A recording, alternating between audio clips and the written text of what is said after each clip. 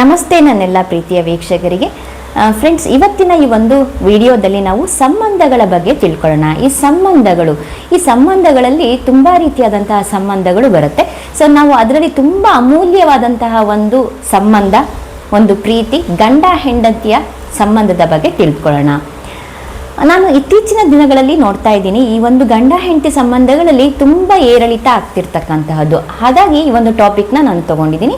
So ಈ ಒಂದು ಗಂಡ ಹೆಂಡತಿಯ ಸಂಬಂಧ ಹೇಗಿರಬೇಕು ಅಂತ ಹೇಳಿದರೆ, ನೋಡಿ ಇಲ್ಲಿ ನಮ್ಮ ಪೂರ್ವಿಕರು ಹೇಳ್ತಿದ್ರು ಹೇಗೆ ಅಂತ ಹೇಳಿದರೆ, ಗಂಡನ ಸೆರಗಲ್ಲಿ ಹೆಂಡತಿ, ಹೆಂಡತಿಯ ಸೆರಗಲ್ಲಿ ಗಂಡ, ಕೊನೆಯವರೆಗೆ ಅಂಬಳಿ ಆಯಿತು ಗಂಜಿ ಆಯಿತು ಕುಡಿದು ಬದುಕುವಂಥದ್ದು. ಹೀಗೆ ನಮ್ಮ ಪೂರ್ವಿಕರು ಹಿಂದಿನಿಂದ ನಡೆದುಕೊಂಡು ಬಂದಿರತಕ್ಕಂಥದ್ದು. ಹಾಗೆ ಈಗಿನ ದಂಪತಿಗಳು ಕೂಡ ನಡೆದುಕೊಂಡು ಹೋಗ್ತಿರ್ತಕ್ಕಂಥದ್ದು. ಇದರಲ್ಲಿ ಸ್ವಲ್ಪ ವ್ಯತ್ಯಾಸಗಳು ಆಗ್ತಿರೋದ್ರಿಂದ ನಾನು ನೋಡಿ ಈ ಒಂದು ವಿಡಿಯೋನ ಮಾಡ್ತಾ ಇದ್ದೀನಿ. ಯಾಕಂದರೆ ಇತ್ತೀಚಿನ ದಿನದಲ್ಲಿ ನಾನು ಕೇಳ್ತಾ ಇದ್ದೀನಿ, ತುಂಬ ಜನ ಹೇಳ್ತಾರೆ ನಮಗೆ ಅಂಡರ್ಸ್ಟ್ಯಾಂಡಿಂಗ್ ಇಲ್ಲ, ಮಿಸ್ಅಂಡರ್ಸ್ಟ್ಯಾಂಡಿಂಗ್, ಜಗಳ ಮಾಡಿಕೊಂಡು ಹೋಗ್ಬಿಟ್ರು, ಅಥವಾ ಡಿವೋರ್ಸ್ ಆಗಿಬಿಡ್ತು, ಮಗು ಆಗಿರುತ್ತೆ ಡಿವೋರ್ಸ್ ಮಾಡ್ಕೊಂಡಿರ್ತಾರೆ. ಸೊ ಬಂದು ಒಂದೇ ತಿಂಗಳಿಗೆ ಮನೆ ಬಿಟ್ಟು ಹೋಗ್ಬಿಟ್ಟಿರ್ತಾರೆ.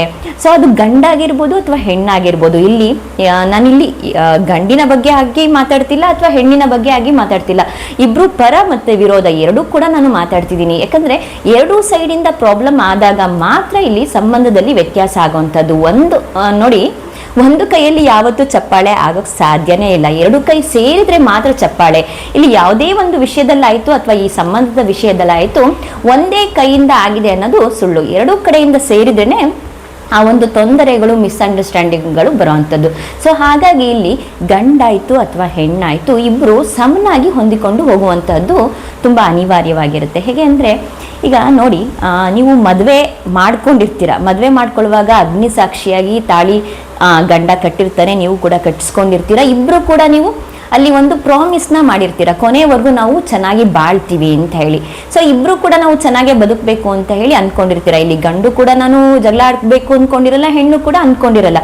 ಸೊ ಇಬ್ಬರು ನಾವು ಚೆನ್ನಾಗಿ ಬಾಳಿ ಬದುಕಬೇಕು ಅಂತ ಹೇಳಿ ಬಂದಿರ್ತೀರ. ಸೊ ಆ ಥರ ಒಂದು ಪ್ರಾಮಿಸ್ ಮಾಡಿ ನೀವು ಬಂದಾಗ ಯಾಕೆ ಮಧ್ಯದಲ್ಲಿ ಬಂದು ನೀವು ಜಗಳವನ್ನು ಆಡ್ತೀರಾ?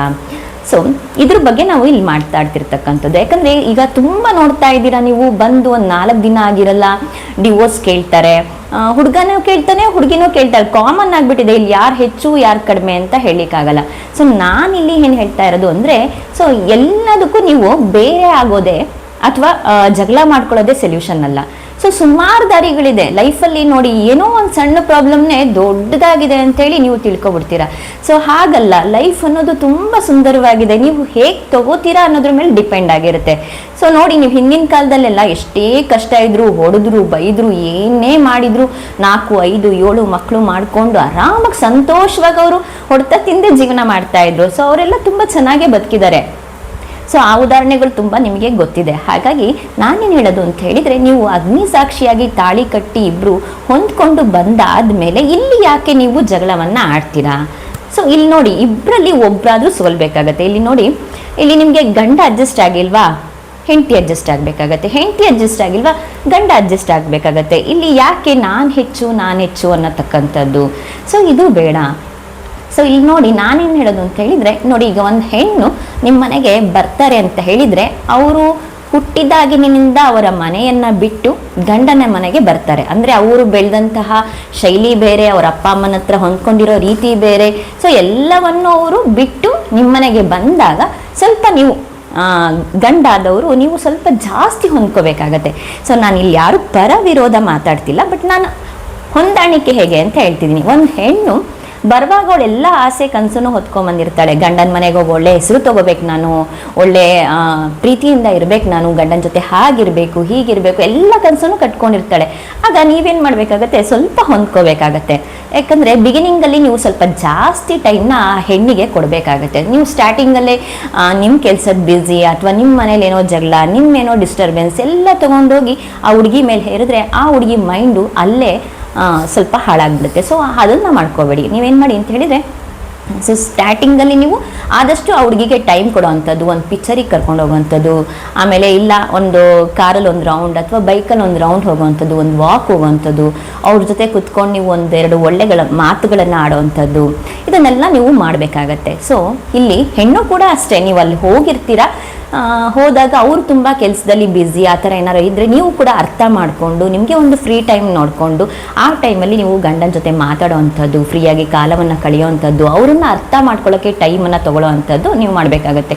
ಸೊ ಏನು ಗೊತ್ತಿಲ್ಲ, ನೀವು ಹೋಗಿದ್ದೀರಾ, ಅವರು ಅಡ್ಜಸ್ಟ್ ಆಗ್ತಿಲ್ಲ, ನೀವು ಅಡ್ಜಸ್ಟ್ ಆಗ್ತಿಲ್ಲ ಅಂತ ಹೇಳಿದರೆ ಅಲ್ಲಿ ತುಂಬ ಕ್ಲಾಶಸ್ಗಳು ಸ್ಟಾರ್ಟ್ ಆಗುತ್ತೆ. ನಾನು ಇತ್ತೀಚಿನ ದಿನದಲ್ಲಿ ತುಂಬ ಕೇಳ್ತಾ ಇದ್ದೀನಿ. ಹೇಗಂತ ಹೇಳಿದರೆ ಎಲ್ಲರೂ ಹೇಳ್ತಾರೆ, ಅಯ್ಯೋ ಜಗಳ ಮಾಡ್ಕೊಂಡು ಅವ್ರ ಮನೆಗೆ ಹೋಗ್ಬಿಟ್ರು, ಅಡ್ಜಸ್ಟೇ ಆಗಲ್ಲ. ಕಾರಣ ಏನು ಕೇಳಿದರೆ ತುಂಬ ಸಿಂಪಲ್ಲಾಗಿ ಹೇಳ್ತಾರೆ. ಮೊನ್ನೆ ಯಾರೋ ನನಗೆ ರೀಸನ್ ಕೊಟ್ಟಿದೆ, ಏನಂದರೆ ಅದು ಯಾವುದೋ RCB ಮ್ಯಾಚ್ ನಾನು ನೋಡೋದೇ ಇಲ್ಲ, ಸೊ ಸಾರಿ, ನನಗೆ ಮ್ಯಾಚಲ್ಲಿ ಇಂಟ್ರೆಸ್ಟ್ ಇಲ್ಲ. ಅದೇನೋ ಮ್ಯಾಚ್ ನೋಡೋಕ್ಕೆ ಏನೋ ಹೋಗೋಕ್ಕೆ ಕರೆದಿದ್ವಿ ಅಂತನೋ ಏನೋ, ಅದಕ್ಕೆ ಬರಲಿಲ್ಲ ನೀವು ಆಫೀಸಿಂದ ಬೇಗ ಅಂತ ಹೇಳ್ಬಿಟ್ಟು ನನ್ನ ಹೆಂಡತಿ ಮಾತಾಡಿಸ್ತಾ ಇಲ್ಲ ಅಂತೇಳಿ. ಎಷ್ಟು ಸಿಲ್ಲಿ ರೀಸನ್ ಅಲ್ವಾ ನೋಡಿ, ಇದು ಒಂದು ಕಾರಣನ. ಸೊ ಅವ್ರಿಗೇನೋ ಬ್ಯುಸಿ ಇರುತ್ತೆ, ನೀವು ಅರ್ಥ ಮಾಡ್ಕೋಬೇಕು. ಹೆಣ್ಣಾದವರು ಅರ್ಥ ಮಾಡ್ಕೋಬೇಕಾಗತ್ತೆ. ಅವ್ರಿಗೂ ಈಗ ಗಂಡಂದ್ರೆ ಸುಮ್ಮನೆ ಅವರು ಕರ್ಕೊಂಬಂದು ನಿಮ್ಮನ್ನ ಗೊಂಬೆ ಥರ ಕೂರಿಸೋದಲ್ಲ. ಅವರು ನಿಮ್ಮನ್ನ ಸಾಕಬೇಕು ಅಂತ ಹೇಳಿದ್ರೆ ಹೊರಗಡೆ ಹೋಗಬೇಕು, ದುಡಿಬೇಕು, ತರಬೇಕು, ಅಲ್ಲಿ ಮೇಲ್ಗಡೆ ಇರೋ ಬಾಸ್ ಆಗಿರ್ಬೋದು ಅಥವಾ ಅವ್ರ ಓನರ್ ಆಗಿರ್ಬೋದು, ಅವ್ರ ಹತ್ರ ಅನ್ನಿಸ್ಕೋಬೇಕು, ಎಲ್ಲ ಟೆನ್ಷನ್ನು ಅವರು ತಲೆಯಲ್ಲಿ ತುಂಬ್ಕೋಬೇಕು. ಇನ್ನು ಕೆಲವ್ರು ಇರ್ತಾರೆ ವರ್ಕ್ ಫ್ರಮ್ ಹೋಮ್, ಅವ್ರು ಕೂತಲ್ಲೇನೆ ಅರ್ಧ ಸ್ಪಾಯ್ಲ್ ಆಗಿಬಿಟ್ಟಿರ್ತಾರೆ. ಸೊ ಎಲ್ಲ ಟೆನ್ಷನ್ನು ರಿಲೀಫ್ ಮಾಡಿಕೊಂಡು ನಿಮ್ಮ ಜೊತೆ ಮಾತಾಡಬೇಕಾಗಿರುತ್ತೆ. ಸೊ ಅವ್ರನ್ನ ಕೂಡ ನೀವು ಕೂಲಾಗಿ ಹ್ಯಾಂಡ್ಲ್ ಮಾಡಬೇಕಾಗತ್ತೆ. ಇಲ್ಲಿ ನೋಡಿ, ಗಂಡ ಹೆಂಡತಿ ಅಂದಾಗ ಪರಸ್ಪರ ಇಬ್ಬರು ಹೊಂದ್ಕೊಳ್ಳೋ ಅಂಥದ್ದು. ಗಂಡ ಹೆಂಡತಿ ಅಂದರೆ ಏನೋ ಮನೆ ಕಟ್ಟೋದು ಅಥವಾ ಏನೋ ಮಕ್ಕಳು ಮಾಡಿಕೊಂಡು ಜೀವನ ಮಾಡೋದು ಅಥವಾ ಏನೋ ಕಾರು ಬೈಕು ತೊಗೊಳೋದಲ್ಲ. ಫಸ್ಟು ನೀವಿಬ್ಬರು ಅರ್ಥ ಮಾಡ್ಕೊಳ್ಳೋ ಅಂಥದ್ದು ಇರುತ್ತೆ. ಒಬ್ರಿಗೊಬ್ರು ನೀವು ಅರ್ಥವನ್ನು ಮಾಡ್ಕೋಬೇಕಾಗತ್ತೆ. ಸೊ ನೀವಿಬ್ಬರು ಏನು ಅರ್ಥನೇ ಮಾಡ್ಕೊಂಡಿರೋ ಹಾಗೆ ದಿನಾ ಫೈಟಿಂಗ್ ಮಾಡ್ತಾ ಇದ್ದರೆ ಸೊ ಹೇಗೆ ನೀವು ನೆಕ್ಸ್ಟು ಮಕ್ಕಳಿಗೆ ಒಳ್ಳೆ ಭವಿಷ್ಯವನ್ನು ಕೊಡ್ತೀರಾ, ಹೇಗೆ ಒಂದು ಒಳ್ಳೆ ಮನೆಯನ್ನು ಕಟ್ತೀರಾ ಅಥವಾ ಒಂದು ಕಾರನ್ನು ತೊಗೊಳ್ತೀರಾ, ಒಳ್ಳೆ ಲೈಫನ್ನು ಮುಂದುವರಿಸ್ತೀರಾ? ಸೊ ಇದೆಲ್ಲ ಆಗೋದಿಲ್ಲ. ಸೊ ಹಾಗಾಗಿ ನೀವೇನು ಮಾಡಬೇಕು ಅಂತ ಹೇಳಿದರೆ ಇಬ್ಬರು ಫಸ್ಟು ಹೊಂದಾಣಿಕೆಯನ್ನು ಮಾಡ್ಕೋಬೇಕಾಗತ್ತೆ. ನೋಡಿ, ಇಲ್ಲಿ ನೀವಿಬ್ಬರು ಚೆನ್ನಾಗಿ ಹೊಂದಾಣಿಕೆಯನ್ನು ಮಾಡಿಕೊಂಡ್ರೆ ಸೊ ನೆಕ್ಸ್ಟ್ ಲೈಫೆಲ್ಲ ಸಕ್ಸಸ್ ನಿಮ್ಮದೇ. ಸೊ ನೀವಿಲ್ಲಿ ಹೊಂದಾಣಿಕೆ ಮಾಡ್ಕೊಳ್ಳೋದ್ರಲ್ಲಿ ಹಿಂದೆ ಬಿದ್ರಿ ಅಂದರೆ ನಿಮ್ಮಷ್ಟು ವರ್ಸ್ಟ್ ಲೈಫ್ ಇನ್ನೊಬ್ರದ್ದಿಲ್ಲ. ಸೊ ಇಲ್ಲಿ ನಾನೇನು ಹೇಳ್ತೀನಿ ಅಂತ ಹೇಳಿದರೆ, ಕೆಲವ್ರು ಹೇಳ್ತಾರೆ, ಮೇಡಮ್ ನಾನು ಎಷ್ಟು ಹೊಂದ್ಕೊಂಡ್ರು ಅವ್ರು ಹೊಂದ್ಕೊಳ್ಳೋದೇ ಇಲ್ಲ, ನಾನೇನು ಮಾಡಲಿ ಅಂತ ಹೇಳಿ. ಸೊ ಅವಾಗ ನೀವು ಡಿಸೈಡ್ ಆಗಿಬಿಡಿ, ಅವರು ಅಡ್ಜಸ್ಟ್ ಆಗೋದೇ ಇಲ್ಲ, ಸೊ ನಾನೇ ಅಡ್ಜಸ್ಟ್ ಆಗಬೇಕು ಅಂತ ಹೇಳ್ಬಿಟ್ಟು. ಇಬ್ಬರಲ್ಲಿ ಒಬ್ಬರಿಗೆ ಅಡ್ಜಸ್ಟ್ ಆಗುವಂಥ ಒಂದು ಮನೋಭಾವನೆ ಇರುತ್ತೆ ಅಲ್ವಾ, ಗಂಡಿಗಾಗಲಿ ಅಥವಾ ಹೆಣ್ಣಿಗಾಗಲಿ. ಕೆಲವ್ರು ಇರ್ತಾರೆ, ತುಂಬ ಮೊಂಡುಗಳಿರ್ತಾರೆ, ಗಂಡಾಗಲಿ ಹೆಣ್ಣಾಗಲಿ, ಅವ್ರು ಅಡ್ಜಸ್ಟ್ ಆಗೋದೇ ಇಲ್ಲ, ನೀವೇನೇ ಮಾಡಿದ್ರು ಅವರು ಇರೋದೇ ಹಾಗೆ. ಆವಾಗ ನೀವು ಇಬ್ಬರಲ್ಲಿ ಒಬ್ರಿಗಾದರೂ ಅಡ್ಜಸ್ಟ್ ಆಗುವಂತಹ ಮನೋಭಾವ ಇದ್ದೇ ಇರುತ್ತೆ. ಸೊ ಅವರು ಆವಾಗ ನೀವು ಅಡ್ಜಸ್ಟ್ ಆಗಬೇಕಾಗತ್ತೆ. ಅಡ್ಜಸ್ಟ್ ಆಗಿ ಒಂದು ಜೀವನವನ್ನು ಸಮಾಧಾನವಾಗಿ ಕೂಲಾಗಿ ತೊಗೊಂಡೋಗ್ಬೇಕಾಗತ್ತೆ. ಆಗ ನೀವು ಒಂದು ಹೆಲ್ದಿ ಜೀವನವನ್ನು ಮಾಡ್ಬೋದು. ಸೊ ಇನ್ನೂ ಕೆಲವರು ಇರ್ತಾರೆ, ಕೆಲ್ಸಕ್ಕೆ ಹೋಗೋ ಹೆಣ್ಮಕ್ಳು ಇರ್ತಾರೆ. ಸೊ ಅವರು ಕೂಡ ಅಷ್ಟೇ, ನೀವು ಕೆಲ್ಸಕ್ಕೆ ಹೋಗಬೇಕು ಅಂತ ಹೇಳಿದ್ರೆ ಸೊ ನೀವು ಮುಂಚೆನೇ ಮೈಂಡು ನಿಮಗೆ ಪ್ರಿಪೇರ್ ಆಗಿರುತ್ತೆ. ನೀವು ಕೆಲ್ಸಕ್ಕೆ ಹೋಗ್ತೀರಾ, ಮನೇಲಿ ನೀವು ಹೇಗೆ ಹೊಂದ್ಕೋಬೇಕು ಅಂತೇಳಿ ನಿಮ್ಮ ಒಂದು ಮೈಂಡು ಪ್ರಿಪೇರ್ ಆಗಿರುತ್ತೆ. ಹಾಗೆ ಇಲ್ಲಿ ನೀವು ಗಂಡ ಆದವರಾಗಿರ್ಬೋದು ಅಥವಾ ಮನೇಲಿ ಅತ್ತೆ ಮಾವದಿರಾಗಿರ್ಬೋದು, ಆ ಹೆಣ್ಣಿಗೆ ಒಂಚೂರು ಹೊಂದ್ಕೋಬೇಕಾಗತ್ತೆ. ಸೊ ಇಲ್ಲಿ ಕೆಲವು ಮನೇಲಿ ವಯಸ್ಸಾದ ತಂದೆ ತಾಯಿಗಳು ಇರ್ತಾರೆ. ಸೊ ಅವ್ರ ಒಂದು ಯೋಚನೆಗೆ ತಕ್ಕಂತೆ ನಾವು ಹಿಡಿದು ಹೊಂದ್ಕೊಳ್ಳೋದು ಸ್ವಲ್ಪ ಕಷ್ಟ. ಆದರೂ ಕೂಡ ನಾವು ವಯಸ್ಕರಿಗೆ ಒಂದು ಗೌರವವನ್ನು ಕೊಟ್ಟು ಅವರ ಒಂದು ವಯಸ್ಸಿಗೆ ನಾವು ಬೆಲೆಯನ್ನು ಕೊಟ್ಟು ನಾವು ಹೊಂದ್ಕೊಂಡು ಹೋಗಬೇಕಾಗತ್ತೆ. ಸೊ ನೋಡಿ, ಇಲ್ಲಿ ನಾವು ದೊಡ್ಡವರಿಗೆ ಹೊಂದ್ಕೊಳ್ಳೋದ್ರಲ್ಲಿ ಯಾವ ತಪ್ಪು ಇಲ್ಲ. ಈಗ ನಿಮ್ಮನೆಯಲ್ಲಿ ನಿಮ್ಮ ತಂದೆ ತಾಯಿಗಳು ಎಷ್ಟೇ ಬೈದರೂ ಬೈಸ್ಕೊತಿದ್ರಿ ಅಲ್ವಾ, ಹೊಡೆದ್ರು ಹೊಡೆಸ್ಕೊತಿದ್ರಿ ಅಥವಾ ಇನ್ನೊಂದು ಮಾಡಿದ್ರು ಮಾಡಿಸ್ಕೊತಿದ್ರಿ. ಇಲ್ಲಿ ಬಂದು ಯಾಕೆ ನೀವು ಗಂಡನ ಮನೆಯಲ್ಲಿ ಅತ್ತೆ ಮಾವನ ಅಪ್ಪ ಅಮ್ಮ ಅನ್ಕೊಳ್ಳಲ್ಲ? ಅವ್ರು ಏನೋ ಒಂದು ಅಂದ್ಬಿಟ್ರು ಅಂದರೆ ಅದನ್ನೇ ಒಂದು ದೊಡ್ಡ ವಿಷಯ ಮಾಡಿ ಅವ್ರ ಕಾಲಿಗೆ ಬೀಳೋ ತನಕ ಬಿಡಲ್ಲ, ಹೆಚ್ಚು ಕಮ್ಮಿ ಆ ಥರ ಮಾಡಿರ್ತೀರ. ಎಷ್ಟೊಂದು ಜನ ನಾನು ನೋಡಿದ್ದೀನಿ. ಸೊ ಅದನ್ನ ಯಾಕೆ ಮಾಡ್ತೀರಾ? ಇಲ್ಲಿ ನೋಡಿ, ಅತ್ತೆ ಮಾವನ ಅಪ್ಪ ಅಮ್ಮ ಅಂತ ಟ್ರೀಟ್ ಮಾಡಿ. ನೀವು ಹೋಗಿದ್ದ ಮನೇಲಿ, ಹೆಣ್ಣಾದವರು ನಾನು ಹೇಳೋದು, ಹೋಗಿದ್ದ ಮನೇಲಿ ನೀವು ತವ್ರ ಮನೇಲಿ ಅಷ್ಟು ದಿನ ಬೆಳೆದ್ರಿ ಹೌದು, ಬಟ್ ನಮ್ಮ ಇಂಡಿಯನ್ ಕಲ್ಚರ್ ಪ್ರಕಾರ ನೀವು ಬಂದು ಗಂಡನ ಮನೇಲಿ ಬದುಕಬೇಕು. ಅದೇ ನಿಮ್ಮ ಮನೆ, ಅದೇ ಅಪ್ಪ ಅಮ್ಮ ಅತ್ತೆ ಮಾವ ನಿಮ್ಮ ಅಪ್ಪ ಅಮ್ಮ ಆಗ್ತಾರೆ. ಸೊ ಹಾಗಾಗಿ ನೀವು ಅಲ್ಲಿ ಅವ್ರನ್ನ ಅಪ್ಪ ಅಮ್ಮ ಆಗಿಯೇ ಸ್ವೀಕಾರ ಮಾಡಬೇಕು, ಅತ್ತೆ ಮಾವ ಆಗಿ ಖಂಡಿತವಾಗಿಯೂ ನೀವು ಸ್ವೀಕಾರ ಮಾಡಬಾರ್ದು. ಅವ್ರು ಏನೇ ಬೈದ್ರು ಆಯಿತು ನಮ್ಮ ಒಳ್ಳೇದಕ್ಕೆ, ಅವ್ರು ಏನೋ ಅಂದಿದ ತಕ್ಷಣ ನಿಮಗೆ ಬಂದು ಅದು ಸೇರ್ಕೊಂಬಿಡಲ್ಲ ಅಲ್ವಾ? ಸೊ ಅದನ್ನ ಯಾಕೆ ಅಷ್ಟೊಂದು ಮನಸ್ಸಿಗೆ ಹಚ್ಕೋತೀರಾ? ಹಚ್ಕೋಬೇಡಿ. ಅವ್ರನ್ನ ಅಪ್ಪ ಅಮ್ಮ ಆಗಿ ಕಾಣಿ. ಅವಾಗ ಅವ್ರು ಏನು ಅನ್ನೋದು ಬೈಯೋದು ನಿಮ್ಗೆ ಏನು ಕೂಡ ಅನ್ಸೋದೇ ಇಲ್ಲ. ಸೊ ಇದನ್ನು ನನ್ನ ಹೆಣ್ಮಕ್ಳಿಗೆ ನಾನು ಒಂದು ಹೆಣ್ಣಾಗಿ ಪರ್ಸ್ನಲ್ಲಾಗಿ ಹೇಳ್ತಾ ಇದ್ದೀನಿ ಅಷ್ಟೇ, ಯಾರೂ ಇದನ್ನು ತಪ್ಪು ತಿಳ್ಕೊಬೇಡಿ. ಸೊ ಹೇಗೆ ಹೊಂದ್ಕೋಬೇಕು ಅಂತ ಹೇಳ್ತಾ ಇದ್ದೀನಿ. ಸೊ ಇಲ್ಲಿ ನೋಡಿ, ನಾವಿಲ್ಲಿ ಹೊಂದಾಣಿಕೆಯನ್ನು ಮಾಡ್ಕೊಂಡು ಹೋದಾಗ ಮಾತ್ರ ನಮ್ಮ ಒಂದು ಜೀವನ ತುಂಬ ಚೆನ್ನಾಗಿ ನಡೆಯುತ್ತೆ.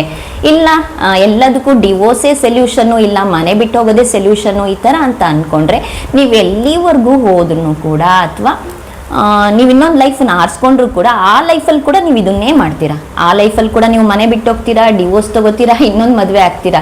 ಇದು ಗಂಡಾಗಿರ್ಬೋದು ಹೆಣ್ಣಾಗಿರ್ಬೋದು ಇಬ್ಬರಿಗೂ ನಾನು ಹೇಳ್ತಿರ್ತಕ್ಕಂಥದ್ದು. ಸೊ ಹಾಗಾಗಿ ನೀವಿಲ್ಲಿ ಅಡ್ಜಸ್ಟ್ ಮಾಡ್ಕೊಂಡು ಹೋಗೋದು ತುಂಬ ಒಳ್ಳೆಯದು. ಸೊ ನೋಡಿ, ಲೈಫಲ್ಲಿ ನಮ್ಮ ಇಂಡಿಯನ್ ಕಲ್ಚರಲ್ಲಿ ಮದುವೆ ಅನ್ನೋದು ಅದು ಒಂದೇ ಸಲ ನಾನು ಹೇಳೋದು. ಸೊ ತೀರಾ ಅಡ್ಜಸ್ಟ್ ಆಗಲಿಲ್ವಾ ಅದು ಬೇರೆ ವಿಷಯ, ಅದು ಬೇರೆ, ಇದರಲ್ಲಿ ಬೇಡ, ನಾವು ಈ ಟಾಪಿಕ್ ಮಾತಾಡೋದೇ ಬೇಡ. ಸೊ ನೀವು ಎಷ್ಟೇ ಅಡ್ಜಸ್ಟ್ ಆಗಿಲ್ಲ ಅಂದರೂ ಸಾಧ್ಯವಾದಷ್ಟು ಅಡ್ಜಸ್ಟ್ ಮಾಡ್ಕೊಳ್ಳೋಕ್ಕೆ ನೀವು ನೋಡಬೇಕಾಗತ್ತೆ. ಎಷ್ಟೋ ಜನ ಮಕ್ಕಳಾಗಿರ್ತಾರೆ ಕಣ್ರಿ, ಡಿವೋರ್ಸ್ ತಗೋತೀವಿ ಅಂತಾರೆ, ಬಿಟ್ಟೋಗ್ತಾರೆ. ಸೊ ಏನು ಜನ ಅಂತ ನನಗೆ ಹೇಳೋದಕ್ಕೆ ಅರ್ಥ ಆಗೋದಿಲ್ಲಪ್ಪ. ಸೊ ನೋಡಿ, ಇಲ್ಲಿ ಒಂದು ಮಗುವಿಗೆ ಜನ್ಮ ಕೊಟ್ವಿ ಅಂದರೆ ಆ ಮಗುವಿನ ಪೂರ್ತಿ ಜವಾಬ್ದಾರಿ ತಾಯಿ ತಂದೆ ಇಬ್ಬರದು ಕೂಡ ಆಗಿರುತ್ತೆ. ಸೊ ಹಾಗಾಗಿ ನಿಮ್ಮ ಒಂದು ಏನೇ ಜಗಳ ಮಗು ಆದಮೇಲೆ ಖಂಡಿತವಾಗಿಯೂ ಇಟ್ಕೋಬೇಡಿ. ನೀವು ಮಕ್ಕಳ ಲೈಫಿಗೋಸ್ಕರ ನಾವು ಸ್ಯಾಕ್ರಿಫೈಸ್ ಮಾಡಲೇಬೇಕು, ಗಂಡಾಗಲಿ ಮಾಡಬೇಕು ಅಥವಾ ಹೆಣ್ಣಾಗಲಿ ಮಾಡಬೇಕು. ಸೊ ಆ ಮಗುವಿಗೆ ಒಂದು ಒಳ್ಳೆ ಭವಿಷ್ಯವನ್ನು ಕೊಡಬೇಕು ಅಂತ ಹೇಳಿದರೆ ನೀವಿಲ್ಲಿ ಹೊಂದ್ಕೊಂಡು ಹೋಗೋವಂಥದ್ದನ್ನು ಕಲಿಬೇಕಾಗತ್ತೆ. ಸೊ ಇವತ್ತಿನ ಈ ಒಂದು ವಿಡಿಯೋದಲ್ಲಿ ನಾನು ಏನು ಹೇಳ್ತಾ ಇದ್ದೀನಿ ಅಂದರೆ, ಸಾಧ್ಯವಾದಷ್ಟು ನೀವು ಹೊಂದಾಣಿಕೆಯನ್ನು ಮಾಡ್ಕೋಬೇಕಾಗತ್ತೆ. ನೀವೆಷ್ಟು ಹೊಂದಾಣಿಕೆಯನ್ನು ಮಾಡ್ಕೋತೀರಾ ಅಷ್ಟು ಚೆಂದಾಗಿ ನಿಮ್ಮ ಒಂದು ಲೈಫ್ ನಡೆಯುತ್ತೆ. ಸೊ ನೋಡಿ, ನೀವು ಇವಾಗ ಹುಟ್ಟಿದಾಗಿಂದ ಗಂಡಿನ ನೇಚರೇ ಬೇರೆ, ಹೆಣ್ಣಿನ ನೇಚರೇ ಬೇರೆ. ಇಬ್ಬರದು ಕೂಡ ಮ್ಯಾಚ್ ಆಗೋಕ್ಕೆ ಸಾಧ್ಯನೇ ಇಲ್ಲ. 100% ಮ್ಯಾಚ್ ಆಗಲ್ಲ. ಸೊ ಅವ್ರಿಗೆ ಫೋನ್ ಮಾಡಿದ ತಕ್ಷಣ ಬರಬೇಕು ಅಂದರೆ ಅವ್ರು ಬರೋಕ್ಕಾಗೋದೇ ಇಲ್ಲ, ಅಥವಾ ಅವ್ರು ಫೋನ್ ಮಾಡಿದ ತಕ್ಷಣ ಬಿಸಿಬೇಳೆ ಭಾತ್ ಮಾಡಬೇಕು ಅಂದ್ರೆ ಮಾಡೋಕ್ಕಾಗೋದೇ ಇಲ್ಲ. ಸೊ ಹಾಗಾಗಿ ಎಲ್ಲರೂ ಕೂಡ ಇಲ್ಲಿ ಅಡ್ಜಸ್ಟ್ ಮಾಡ್ಕೊಬೇಕಾಗತ್ತೆ. ಯಾರು ಇಲ್ಲಿ ಕಂಪ್ಯೂಟರ್ ಅಲ್ಲ ಅಥವಾ ಮಷೀನ್ ಅಲ್ಲ, ಹೇಳ್ದಂಗೆ ಕೇಳೋಕ್ಕೆ 100% ಅಂತ ಹೇಳ್ಬಿಟ್ಟು. ಮನುಷ್ಯನ ಸ್ವಭಾವ ಸ್ವಲ್ಪ ಚಂಚಲನೆ, ಯಾವಾಗಲೂ ಒಂದೇ ಫಿಕ್ಸ್ ಆಗಿರಲ್ಲ. ಸೊ ಅಡ್ಜಸ್ಟ್ ಮಾಡ್ಕೊಂಡು ಹೋಗೋದ್ರಿಂದ ನಾವು ಒಂದು ಹೆಲ್ದಿ ಲೈಫನ್ನು ಮಾಡ್ಬೋದು, ಒಂದು ಒಳ್ಳೆ ಸಂಬಂಧವನ್ನು ಸಮಾಜದಲ್ಲಿ ನಾವು ಗುರುತಿಸ್ಕೊಳ್ಬೋದು. ಸೊ ಹಾಗಾಗಿ ನಾನು ಇಲ್ಲಿ ಎಲ್ಲ ಗಂಡ ಹೆಂಡತಿಯರಿಗೂ ಒಂದು ಮೆಸೇಜ್ ಏನು ಕೊಡೋಕ್ಕೆ ಇಷ್ಟಪಡ್ತೀನಿ ಅಂತ ಹೇಳಿದರೆ, ಸಾಧ್ಯವಾದಷ್ಟು ಯಾರು ಕೂಡ ಜಗಳವನ್ನು ಆಡಬೇಡಿ, ಎಷ್ಟು ಸಾಧ್ಯನೋ ಅಷ್ಟು ಹೊಂದ್ಕೊಳ್ಳಿ. ಇರೋವರೆಗೂ ಲೈಫಲ್ಲಿ ಒಂದೇ ಮದುವೆ ಅನ್ನೋದು ಒಂದೇ ಸಲ ಅದು. ಸೊ ಆ ಒಂದು ಮದುವೆಯ ಜೀವನದಲ್ಲಿ ನಾವು ಚೆನ್ನಾಗಿ ಬದುಕಬೇಕು, ಬಾಳಬೇಕು, ನಮ್ಮ ಮಕ್ಕಳಿಗೆ ಒಂದು ಒಳ್ಳೆ ಭವಿಷ್ಯವನ್ನು ಕೊಡಬೇಕು ಅಂತ ಹೇಳಿ ಈ ಒಂದು ವಿಡಿಯೋನ ನಾನು ಮುಕ್ತಾಯ ಮಾಡ್ತಿದ್ದೀನಿ. Thank you all. ಹಾಗೆ ಈ ಒಂದು ವಿಡಿಯೋ ನಿಮಗೆ ಇಷ್ಟ ಆಗಿದ್ರೆ ಪ್ಲೀಸ್ ನನ್ನ ಒಂದು ಪೇಜನ್ನು ಸಬ್ಸ್ಕ್ರೈಬ್ ಮಾಡಿ, ಹಾಗೆ ಲೈಕ್ ಮಾಡೋದ್ರ ಮೂಲಕ ನನಗೆ ಸಪೋರ್ಟ್ ಮಾಡಿ. Thank you.